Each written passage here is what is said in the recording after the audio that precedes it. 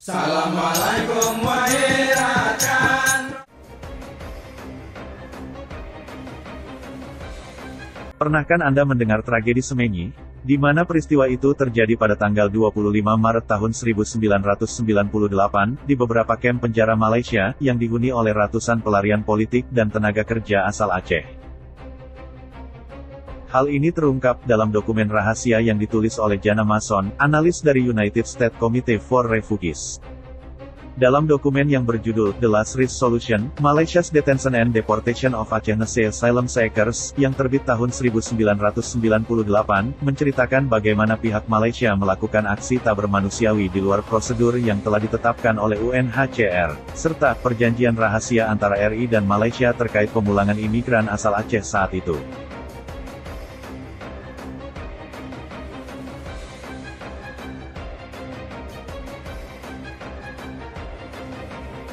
Saat kejadian Semenyi terjadi, Ishak Daud berada di Malaysia sebagai salah satu anggota Komite Pelarian Politik Aceh di Malaysia, dan beberapa aktivis Aceh Merdeka lainnya. Ia dan temannya dituduh sebagai dalang mobilisasi, sehingga menjadi target penangkapan pasca meledaknya kerusuhan di beberapa penjara Malaysia. Akibatnya, Ishak Daud diculik oleh intelijen gabungan, Malaysia dan Indonesia, di seputaran Shah Alam pada pukul 9 tanggal 26 Maret tahun 1998.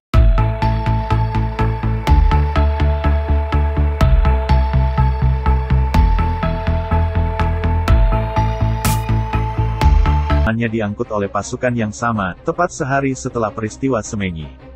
Setelah ditangkap dan disiksa oleh pasukan gabungan itu, ia dibawa berobat ke Raimah Hospital, Klang, Malaysia.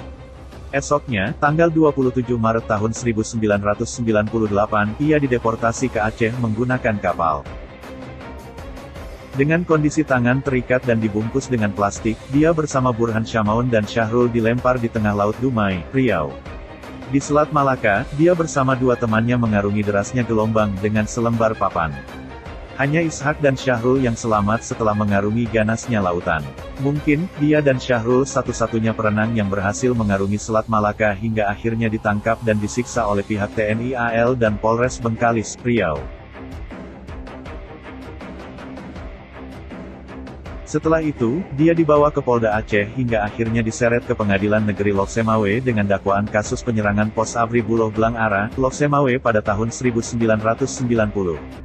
Dari persidangan inilah, Ishak Daud mulai menjadi fenomenal. Ia bersikukuh untuk tidak mau diadili atas nama Pengadilan Indonesia. Sehingga, dalam setiap sidang yang digelar, ia selalu membalut dirinya dengan selembar bendera bulan bintang dan mengikat kepalanya dengan kain bertuliskan, Aceh Merdeka.